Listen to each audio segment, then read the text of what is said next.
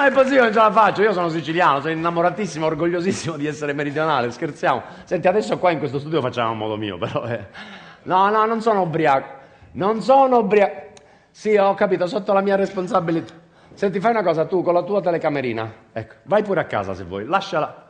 Sì, ho capito, lasciala accesa, inquadra questa zona centrale dello studio. Siamo in diretta, ho capito.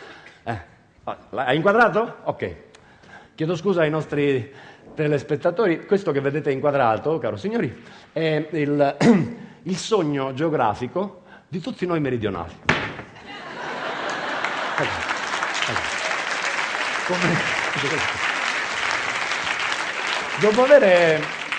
Dopo avere vissuto per secoli da gente del sud, vorrei provare per un attimo a vivere da gente del nord. È un po' come dire, la prossima volta che rinasco vorrei rinascere donna, è una curiosità che tutti i maschi abbiamo avuto. Io vorrei rinascere settentrionale, un minuto, naturalmente, un gioco, per avere la possibilità di poter dichiarare impunemente, non so, Messina, la città più mitteleuropea d'Italia, Palermo, la capitale morale, dove tutti lavorano per mantenere il resto della nazione. Questi polentoni di meridionali che non fanno niente dalla mattina alla sera. E poi non è per fare del razzismo da 4 soldi, ma se tu all'Italia gli togli il triangolo industriale Cosenza-Avellino-Matera, siamo rovinati. Perché se tu all'Italia gli togli la Fiat, siamo alla fame. Fiat, fabbrica italiana automobili Taormina. Poi, ripeto, non è per fare del razzismo da 4 soldi, ma noi del nord evoluto dobbiamo essere un pochino più indulgenti nei confronti dei nostri fratelli, come dire, meridionali. Chi qua, in questa zona dell'Italia meridionale, è il clima che hanno. Il clima che li invita alla inazione, alla pigrizia, questa loro indolenza atavica.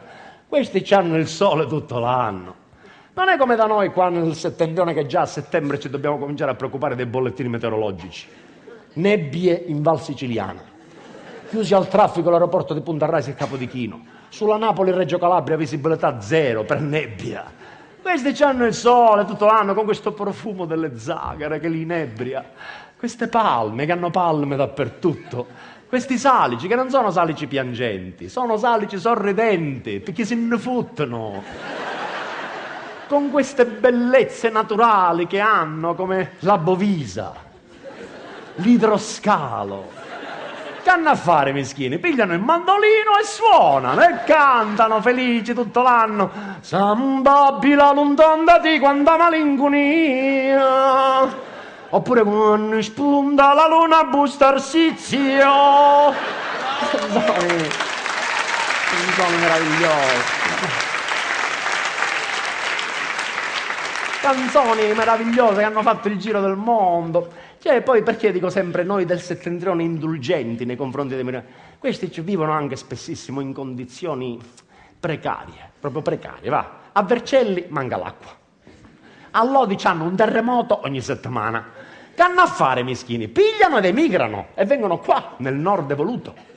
Caltanissetta, Mazzara, Trapani, Agrigento. Ad Agrigento ormai ci sono solo piemontesi. E nascono fenomeni inquietanti, certe volte mi vergogno di essere settentrionale. In molte case di Agrigento ancora oggi c'è scritto non si affitta ai piemontesi. E questo non è bello perché è gente come no, è gente come no. Certo, anche in campo sportivo le cose, voglio dire, stanno migliorando. Poi hanno anche questo fenomeno, come dire, questo fenomeno della malavita, un fenomeno endemico, terribile. La mafia lombarda, l''ndrangheta ligure, la nuova camorra organizzata piemontese, il clan dei Brustolon, la Cassola Connection.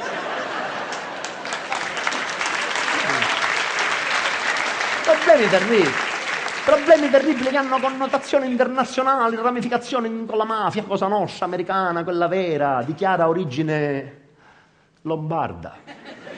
Tant'è vero che i nomi dei più grandi gangster americani lo confermano. Joe Galbusera, Frankie Colombo, Lucky Cazzaniga, Babyface Carugati. Delle belve umane, peccato perché è una minoranza che getta un'ombra su questa zona meridionale dell'Italia che è bella, perché per essere bello il meridione è bello e ha dato anche ingegni di primissimo ordine, bisogna riconoscerlo, anche se un po' come dire obutorto collo, che anche dal punto di vista teatrale il più grande commediografo di tutti i tempi è lui, Edoardo. Edoardo Fumagalli, che ha scritto capolavori assoluti come Gli esami finiscono più, Filumena in Vernizzi, Natale in casa Viganò, capolavori assoluti, capolavori assoluti. Certo, piano piano si metteranno al passo dei tempi con noi evoluti del nord, mi rendo conto, sono fenomeni, ci vuole tempo, anche in campo sportivo, dicevo. Certo, le squadrette che hanno da queste parti, l'Inter, sì, poi arriverà in Serie A un giorno, si vedrà, insomma, ma certo non riusciranno mai ad eguagliare i 14 scudetti del Catanzaro o la Coppa dei Campioni del Marsala, ma insomma piano piano si metteranno al passo con noi. Certo, però, lo dico naturalmente da settentrionale, se si alzasse un muro qua, all'altezza di Ancona, e ognuno si facesse una carrettata di fatti suoi, ma come ci venne in testa a Giopazzo de Garibaldi di partire da Marsala per sbarcare a Genova con quei 1000 disgraziati, io non lo capirò mai.